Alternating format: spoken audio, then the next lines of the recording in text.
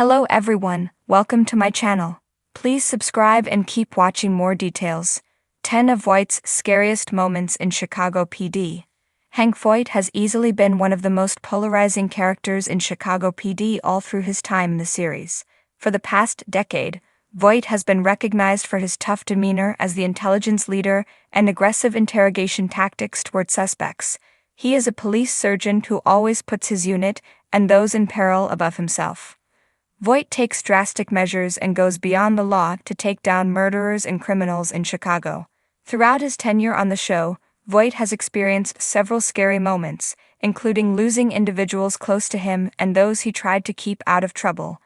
The sergeant himself is creepy due to his intimidating presence and raspy voice when pulling information from villainous culprits.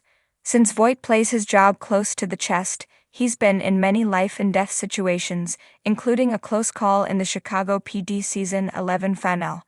As such, Voight's scariest moments define his fearlessness and toughness as a Chicago police officer. Right off the bat, during the first couple of episodes in Season 1, Voight and his unit work a perilous case as they battle a Colombian drug gang.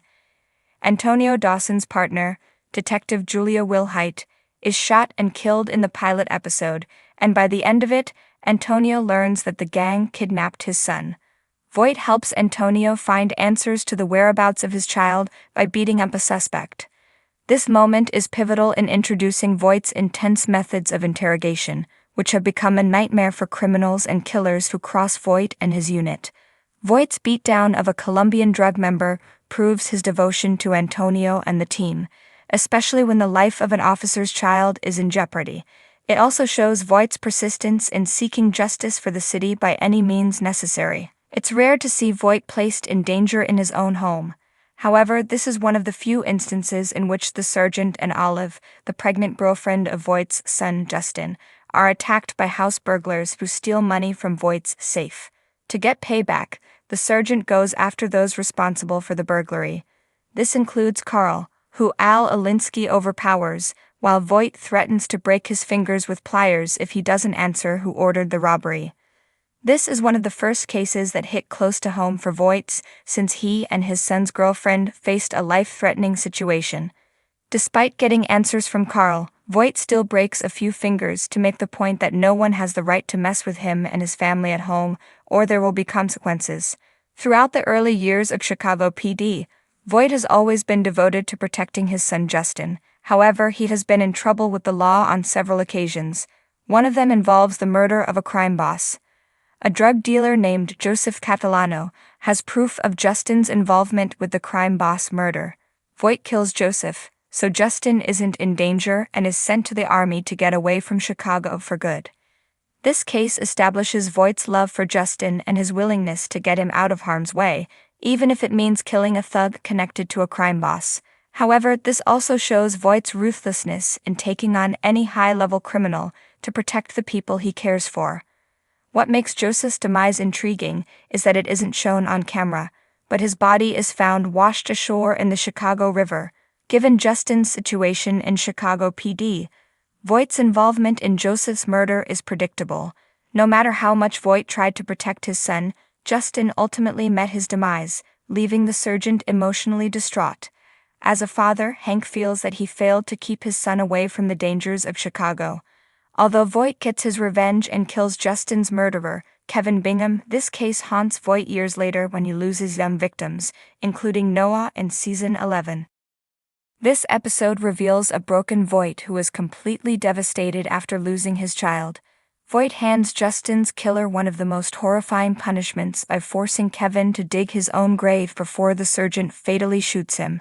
Even Aaron Lindsay is emotionally devastated by Voight's actions, believing that he's throwing his life away by killing Kevin. Justin's murder also proves that Voight isn't afraid to kill for vengeance, even scaring Kevin, who didn't expect to meet his demise at the hands of a police officer. Voight isn't the only one whose child is murdered by a ruthless killer. Alinsky's daughter, Lexi, dies due to a warehouse fire set by arsonist and murderer Dylan Oates. Voight interrogates Oates to get a confession out of him and to figure out why he targeted a warehouse party to set on fire.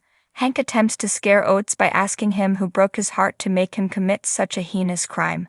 However, the killer doesn't budge, even after the sergeant slaps Oates and pulls a knife at his neck. Oates is one of the few remorseless killers who isn't fazed by Voight's scary tactics. This places the sergeant in a tough spot, because when Alinsky asks to be alone with his daughter's killer, Hank refuses to give him the keys to the cage. Alinsky pushes his argument further by reminding Voight of what he did to get vengeance for Justin. Voight understands Alinsky's intention to avenge his daughter, but he's also thinking about the families of the other victims of the warehouse fire who want the murderer to pay for his crimes. After Antonio is shot and nearly killed by drug lord Andres Diaz-Acapulco, Voight and his unit track him down. When Pulpo is found, Voight and Alinsky intend to kill the criminal by placing chains around his neck connected to cement blocks and dropping him into a lake. However, Diaz's demise is cut short thanks to Jay Halstead in Chicago PD, who disagrees with this plan and convinces Alinsky to side with him and place Pulpo in custody. Voight and Alinsky's plan to kill Pulpo is reminiscent of a violent vigilante like Dexter Morgan or gangsters in crime dramas, making the detectives appear like villainous killers themselves.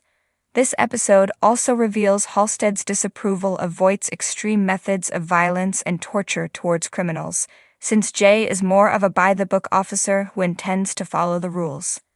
Aside from violent torture, Voight is an expert at horrifying criminals with his words.